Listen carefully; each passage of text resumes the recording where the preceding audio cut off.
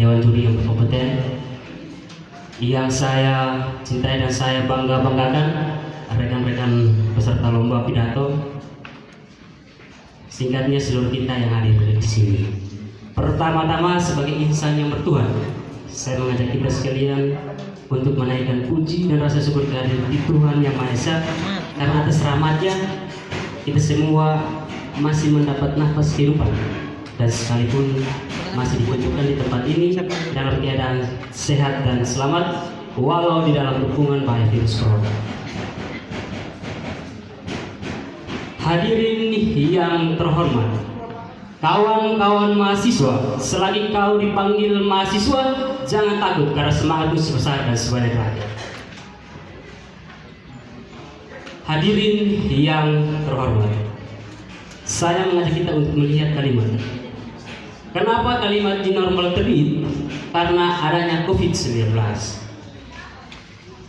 Keberadaan COVID-19 sangat berpengaruh, karena COVID-19 mampu efek negatif terhadap NTT, mampu menurunkan efek negatif terhadap keluarga kita, mampu menurunkan efek negatif terhadap Indonesia, bahkan sekalipun mampu menurunkan efek negatif terhadap dunia.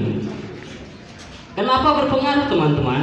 Karena COVID-19 mampu menjelma menjadi sakit penyakit, karena COVID-19 mampu menjadi maut sekalipun. Terkait korban, baru-baru ini sebuah koran bernama Kompas.com merilis sebuah berita terkait angka penelururan angka korban COVID-19. Berita itu rilis pada tanggal 18 September 2020 dengan datanya. Pertama, korban COVID-19 berjumlah 313 orang yang terkonfirmasi positif COVID-19, dengan perincian 128 dirawat, 180 orang bebas, dan 5 orang meninggal. Hadirin yang saya cintai, COVID-19 dan penerapan new normal menurut saya belum efektif. Kenapa belum efektif? Karena kembali lagi, baru-baru ini sebuah koran yang bernama News menerbitkan satu berita lagi yang membahayakan dia dengan data-datanya. Yang pertama, sebelum penyerapan new normal yang terkonfirmasi positif COVID-19 hanya 13 kabupaten. Sebelum penerapan new normal hanya 13 kabupaten, tetapi setelah penerapan new normal yang terkonfirmasi positif COVID-19 berubah menjadi 17 kabupaten. Berbahaya sekali teman-teman. Berita yang kedua, sebelum new normal diturunkan di dalam kehidupan masyarakat, jumlah korban yang terkonfirmasi positif COVID-19 hanya 16 kasus. Setelah penerapan new normal, 16 kasus itu berubah menjadi 217 kasus. Berbahaya tidak teman-teman? Berbahaya. Walaupun data ini membahayakan imajinasi, walaupun data ini membahayakan konsentrasi pejabat-pejabat politik, kita sebagai manusia, kita sebagai mahasiswa khususnya harus mengambil peran dengan konsentrasi yang penuh.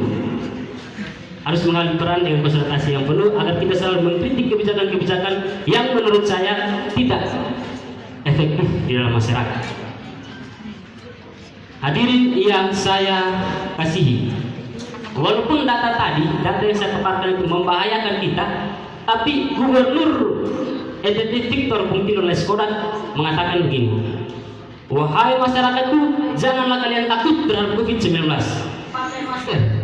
Pakai masker, jaga jarak, tapi tetap bergerak. Tetap bergerak yang dimaksudkan oleh Bung Victor Leskodat adalah jika kawan-kawan ini orang tuanya itu kehilangan pekerjaan atau di PHK, tentunya uang regis kawan-kawan atau uang jajan kawan-kawan itu akan terancam hilang. Kalau uang jajan kawan-kawan hilang, jangan takut kawan-kawan. Ambillah hikmah yang baik dari COVID-19, yaitu hikmah kemandirian. Mandirilah kawan-kawan. Kalau basic kalian di bagian fashion, jangan segan-segan buka barbershop. Bukalah barbershop, bekerjalah di situ. Kalau basic kalian di bagian perbengkelan, bekerjalah di sana. Kalau basic kalian mungkin sebagai tukang ojek karena kalian memiliki motor, bekerjalah sebagai tukang ojek. Upaya-upaya itu bukan hanya untuk mengamankan kita dari bahaya COVID-19, tetapi agar supaya kita yang dicas, kita yang mendapat status sebagai provinsi termiskin ketiga di Indonesia itu segera hilang. Provinsi pertama yang berstatus sebagai provinsi termiskin di Indonesia adalah Papua dengan 27, sekian persen penduduk termiskin. Yang kedua adalah Papua Barat dengan datanya ada 23,13%. Dan yang ketiga adalah kita NTT dengan 21,17% penduduk termiskin di Indonesia. Jadi kawan-kawan, jika ingin mandiri janganlah takut karena kalian adalah mahasiswa. Selain dipanggil mahasiswa, jangan takut kawan-kawan karena semangat kalian, karena motivasi kalian sebanyak dan sebesar rakyat. Mungkin dari saya hanya itu, selebihnya teman-teman berefleksi sendiri. Tapi saya minta kepada teman-teman, jangan segan-segan menjadi jubir protokol kesehatan, jangan segan-segan menjadi instruktur protokol kesehatan. Jelaskan kepada masyarakat tentang bahaya COVID-19. Dari saya sekian, atas perhatian teman-teman sekalian, saya ucapkan terima kasih. Salam sehat, merdeka! Merdeka!